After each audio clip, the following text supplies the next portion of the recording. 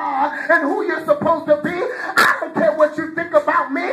I know you're talking about me. That's okay. I know who I am. You better slap your neighbor high five and say, I'm glad I know who I am.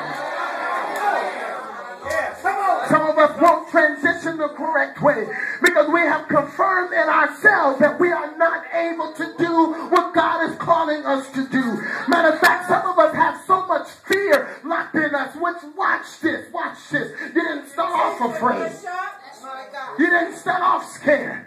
But the nasty people who were supposed to have your back up in the church house set you up. Now you don't believe in yourself because church folk told you you couldn't preach. Church folk told you you wasn't ready. Church folk told you you wasn't beautiful. I want you to be delivered from church folk tonight.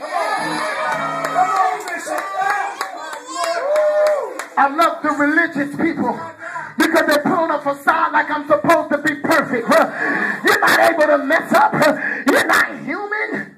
My God, that's it.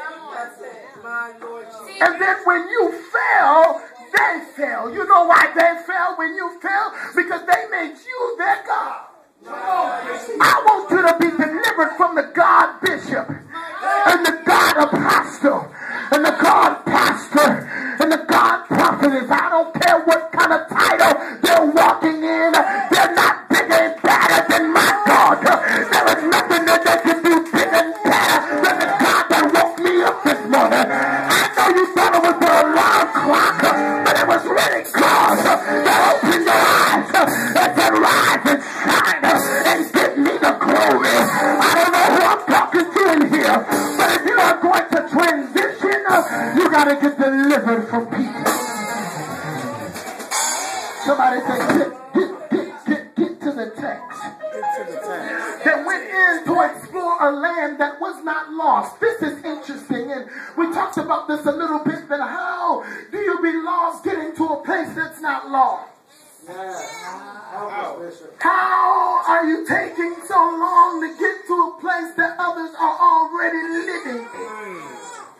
Some of us say, well, when am I going to get to my blessed, prosperous place? This is not a lost place. There's people living there already. It's just the fact of you not being ready to get there. Some of you thinking you're ready for everything, and God said you're not ready for nothing. You're still hurting. You're still lost. You don't believe. You don't love. You're wounded. And how can I take you into a place to help somebody else and you need help yourself? Come on. You're preaching this word, Bishop. God, help me to love somebody. Help me to help somebody. Help me to be where I need to be. But how you gonna be what they need you to be if you're still what they are? That's good preaching. Thank you guys for coming. Amen. But the reality is, here it is, Moses and Aaron said to the whole Israelites, Kadesh in the desert of Paran, that they needed a report. Here is a report that they brought back. Yeah, it's a blessed place, but we're not able to go up in there and do nothing. The people are bigger than we are. There's stuff that we need to overtake. We are not able to overtake it. And then there is one voice. I just need one voice. I just need somebody that will stand for God and give up on everybody else. Well, I don't like the people that go along with the majority. You know, that's why I would never want to be a juror. Because even if the man is guilty, I'm not going to go with the jury. I'm going to say he's innocent. And if he's innocent, I might just say he's guilty. Now, stay with me. It don't make no sense right now, but I'm about to let it make sense. Because the understanding is it's not always right because the majority goes for it. The majority ruled that gay marriage was right. Come on. It doesn't mean it was right. The majority ruled that slavery was okay. And it means that slavery was okay.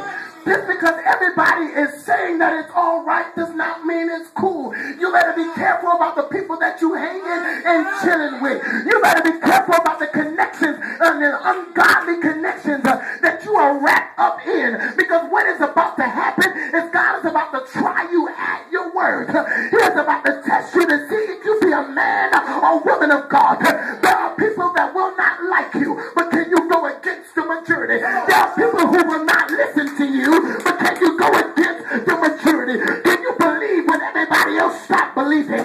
Can you love when everybody else stop loving? Can you trust God when everybody else stop trusting God? I know it looks a little blank right now, but isn't it like our God to step into a dead situation and just because he showed up, life is shown up?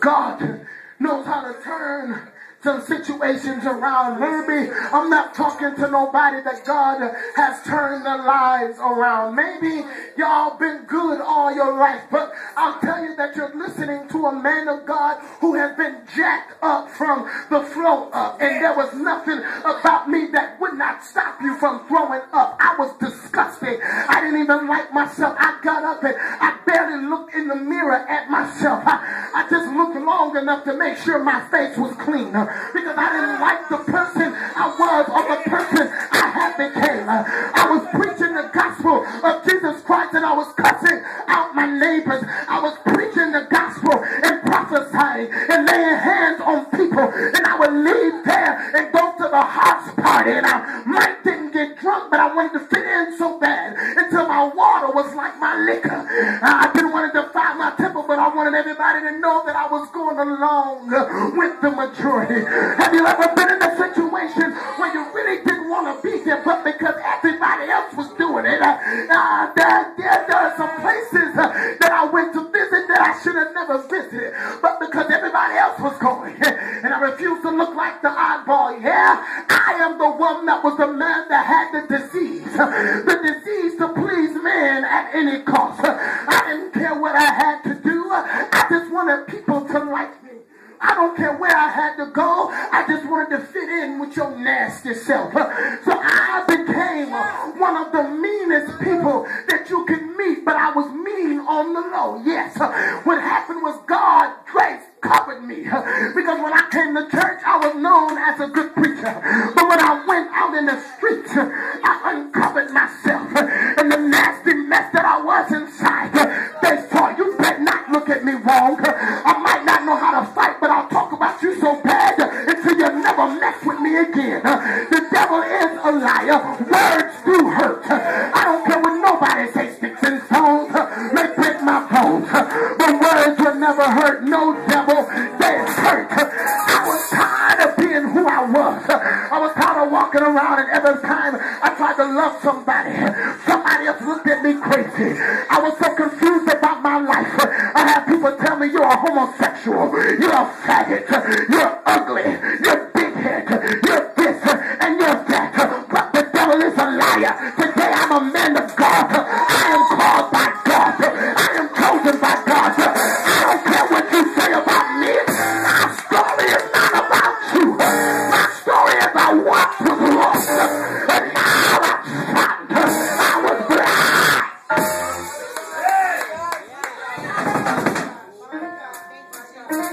I'm talking about transition. I'm talking about everybody can't go with you when you transition. That's why the church is like a revolving door. And you wonder why? Well, why can't we keep members? Stop crying about that. Let them go. You don't never know what God is trying.